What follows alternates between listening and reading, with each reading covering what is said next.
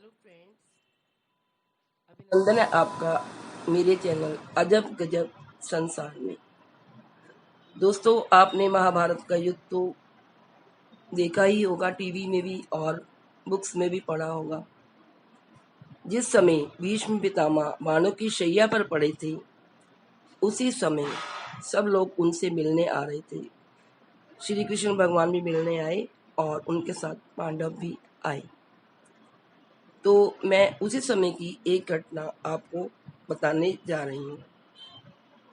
वो ये थी कि महाभारत का युद्ध चल रहा था। भीष्म पितामह अर्जुन के बाणों से घायल हो बाणों से ही बनी हुई एक शैया पर पड़े हुए थे।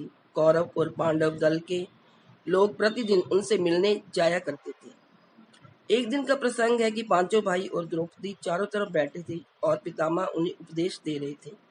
सभी श्रद्धा पूर्वक उनके उपदेशों को सुन रहे थे कि अचानक द्रौपदी किलकिलाकर हंस पड़ी। पितामह इस हरकत से बहुत आहत हो गई और उपदेश देना बंद कर दिया। पांचों पांडव भी द्रौपदी के इस व्यवहार से आश्चर्यचकित थे। सभी बिल्कुल शांत हो गए। कुछ क्षण उपरांत पितामह बोले, पुत्री, तुम एक संभ्रांत कुल की बहू हो। क्या मैं तुम्हारी इस हंसी का कारण जान सकता हूँ?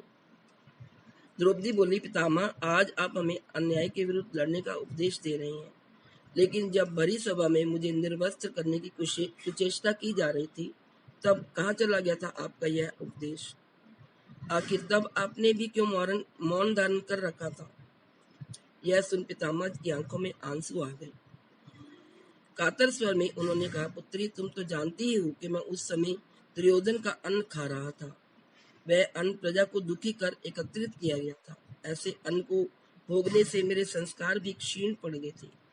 फलतः उस समय मेरी वाणी अवरुद्ध हो गई थी, और अब जबकि उस अन्न से बना लहू बह चुका है, मेरे स्वाभाविक संस्कार वापस आ गए हैं और स्वतः ही मेरे मुख से उपदेश निकल रहे हैं। बेटी, जो जैसा अन्न खाता है उसका मन भी वैसा ही हो जाता है।